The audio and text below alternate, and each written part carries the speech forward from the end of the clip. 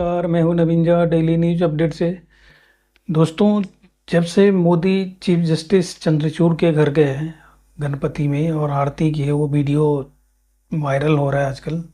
28-29 second का वो video है। और उसके बाद से दोनों खेमे, प्रो मोदी और एंटी मोदी, दोनों में एक दूसरे के बीच में घमासान ऐसे मचा हुआ है। लोग जो मोदी के साइड के लोग हैं उसको जस्टिफाई कर रहे हैं, जो उसके एंटी हैं वो उसका विरोध कर रहे हैं कि नहीं जाना चाहिए। लेकिन ये जज के यहाँ गए हुए थे, ये गणपति की पूजा करने के लिए तो गए थे, तो नेचुरली उन्होंने इनवाइट किया होगा। चीफ जस्टिस ऑफ इंडिया ने इन बिना इनवाइट किए तो गए नहीं होंगे। लेकिन इसके ऊपर कोई ना तो चीफ जस्टिस का बयान आया है, न ही प्राइम मिनिस्टर मोदी का बयान आया है। कितना सही कितना गलत लोग अपने तरफ अपनी अपनी तरह से इंटरप्रेट कर रहे हैं उसको। लेकिन इसको सुन, मैंने भी इस पे एक वीडियो बनाया था, क्या सही क्या गलत है। अगर आप लोगों ने वो वीडियो नहीं देखा है तो देख लीजिए। और मैं आज से चीफ जितने भी जजेस जो सुप्रीम कोर्ट के, हाई कोर्ट के चीफ जस्टिस हुए हैं, या जो जनरल जो जज हैं, वो उनमें से ऐसे जजों को ढूंढ के निकालूंगा जिनके ऊपर कंट्रोवर्सी रही है दोस्तों। और एक ये सीरीज चलाने वाला हूँ, पहला सीरीज आज से, पहला एपिसोड आज से चालू हो रहा है दोस्तों। तो अगर आपने अभी तक चैनल को सब्सक्राइब नहीं किया है तो कर लीजिए, और वीडियो को लाइक और शेयर जरूर करना दोस्तों। ये पूरे सीरीज बन के आएगा। सीरीज में आज क्या एपिसोड में जिस जज के बारे में बात करने वाला हूँ, उनका नाम है जस्टिस बहरुल इस्लाम। अब बहरुल इस्लाम का जरा इतिहास समझ लीजिए दोस्तों। बहरुल इस्लाम जो थे वो ओरिजिनली रहने वाले उड़ीसा के थे। उड़ीसा के कामरूप डिस्ट्रिक्ट के रहने वाले थे, उड़ियान गांव के। उनकी जो प्रारंभिक शिक्षा थी वो वहीं पे हुई थी। स्कूली शिक्षा पास करने के बाद गुवाहाटी आए, वहाँ से कॉलेज की पढ़ाई की, और उसके बाद पहुँच गए जमातियों के गढ़ में दोस्तों। जमातियों के हिंदुस्तान में तीन गढ़ हैं, तीन चार गढ़ हैं एक्चुअली। एक तो देवबंदी है, दूसरा बरेलवी है, तीसरा अलीगढ़ है, चौथा जामिया है दोस्तों। तो ये पहुंच गए जो सबसे पुराने अलीगढ़ में पहुंच गए दोस्तों, जमातियों के गढ़ में। वहाँ से उन्होंने पढ़ाई की, और 1950s में, यानी 1956 में उन्होंने कांग्रेस ज्वाइन कर लिया दोस्तों। फिर 6 साल बाद, मतलब 1956 में कांग्रेस ज्वाइन किया, और 1962 में कांग्रेस ने उनको राज्यसभा का सदस्य बना दिया। ये किस टाइम पे? जब नेहरू जी थे दोस्तों प्राइम मिनिस्टर। उस समय सर जो जजेज होते थे उनके अपॉइंटमेंट सरकार किया करती थी। आज उस पर बहुत सारी बातें होती है, कॉलेजियम सिस्टम को क्यों छेड़ा जा रहा है, आज तो जज ही जज को अपॉइंट कर रहे हैं। उस समय ऐसा नहीं होता था, सरकार जो थी वो जज ही अपॉइंट करती थी। तो आप सोच सकते हैं कैसे कैसे लोगों को जज बनाया जाता रहे होगा दोस्तों।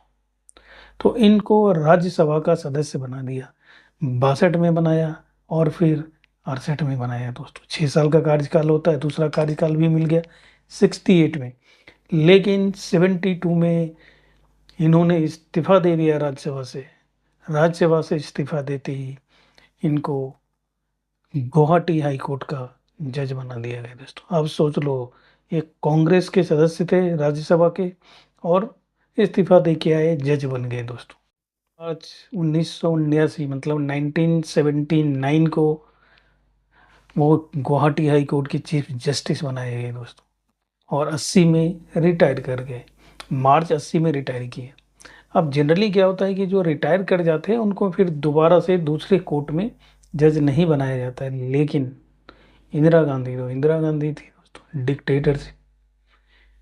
मार्च में उन्होंने रिटायर किया 80 में, और दिसंबर 80 में उन्होंने उसको सुप्रीम कोर्ट का जज बना दिया। सुप्रीम कोर्ट का जज बनाने के चलते एक रीजन ये था, क्योंकि उनके पास जगन्नाथ मिश्रा का केस गया भ्रष्टाचार का, और उन्होंने जगन्नाथ मिश्रा को क्लीन चिट दे दिया दोस्तों। क्लीन चिट देने के बाद जिस पर्पस के लिए उसको बनाया गया था वो पर्पस सॉल्व हो गया। फिर 1983 में फिर से उन्होंने इस्तीफा दे दिया सुप्रीम कोर्ट से जज से। और जैसे इस्तीफा दिया उसको कांग्रेस ने असम के ही बारपेटा से कांग्रेस का उम्मीदवार बना दिया लोकसभा में दोस्तों। लेकिन इलेक्शन हो नहीं पाए क्योंकि उस टाइम पे आसाम की सिचुएशन अच्छी नहीं थी, तो चुनाव हो नहीं पाए। तो इनको दोबारा से राज्यसभा में भेज दिया दोस्तों। अब आप सोच लीजिए कि एक जज जो कभी राज्यसभा का सदस्य बन जाता है, फिर इस्तीफा दे के जज बन जाता है, फिर राज्यसभा चला जाता है, फिर आ जाता है। तो क्या खेल हुआ करते होंगे उस टाइम पे। उस टाइम पे सोशल मीडिया नहीं था कि तुरंत आपके पास इंफॉर्मेशन आ जाएगा, जैसे अभी चीफ जस्टिस के यहाँ मोदी जी गए और चीजें वायरल हो गई दोस्तों। तो कांग्रेस का जो इतिहास है, इतना काला इतिहास है कि वो सामने जब आता है तो एक एक चीजें खुल जाती है। जैसे कहते हैं पोल खुलना, जिसको कहते हैं, उसकी पोल बिल्कुल खुल जाती है दोस्तों। बेहरुल इस्लाम, इनका इतिहास हमने बता दिया कि कांग्रेसियों ने इसका कैसे यूज किया है दोस्तों। इतना ही नहीं था, इसके साथ एक जुड़ा छोटा सा और मामला बताता हूँ कि अभी जो चीफ जस्टिस हैं चंद्रचूड़, डीवाई चंद्रचूड़, उनके बेटे हैं अभिनव चंद्रचूड़। वो भी वकील है, मुंबई में रहते हैं। उनका एक किताब आया है जिसका नाम है सुप्रीम व्हिस्पर्स। उसमें उन्होंने लिखा है कि सुप्रीम कोर्ट के एक जज थे जिनका नाम था जफर सैयद इमाम। जस्टिस जफर सैयद इमाम उनका नाम था।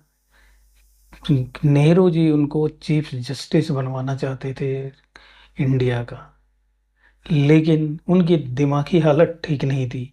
जो बाकी जज थे बहुत चिंतित थे कि इनकी जो कैपेसिटी है, जो काबिलियत है, वो सुप्रीम कोर्ट के चीफ जस्टिस बनने लायक नहीं है। लेकिन नेहरू जी थे तो नेहरू जी थे। जब उनके पास ये खबर गई कि वो नहीं बन सकते क्योंकि उनकी मानसिक हालत सही नहीं है, तो उनको बहुत अफसोस हुआ और उन्होंने कहा, कोट किया है उन्होंने नेहरू की बातों को, ये अभिनव चंद्रचूड़ ने, कि नेहरू जी ने कहा कि अगर हम इनको सुप्रीम कोर्ट का चीफ जस्टिस नहीं बनाते हैं तो पाकिस्तान हमारे बारे में क्या सोचेगा। दोस्तों, ये तो उनकी मेंटेलिटी थी, ये उनकी सोच थी, उनका मानसिक स्तर था नेहरू जी का। और इंदिरा जी का तो हमने बता ही दिया कि बहिरुल इस्लाम को किस तरह से राज्यसभा से सुप्रीम कोर्ट, राज्यसभा से हाई कोर्ट भेज के अपना काम निकलवाया करते थे दोस्तों। ये तो थी एक जस्टिस की कहानी। नेक्स्ट एपिसोड में किसी दूसरे जज की बारी आएगी दोस्तों, तो आप तैयार रहिए। और चैनल को सब्सक्राइब नहीं किया है तो कर लीजिए, और वीडियो को लाइक और शेयर जरूर करना दोस्तों। धन्यवाद।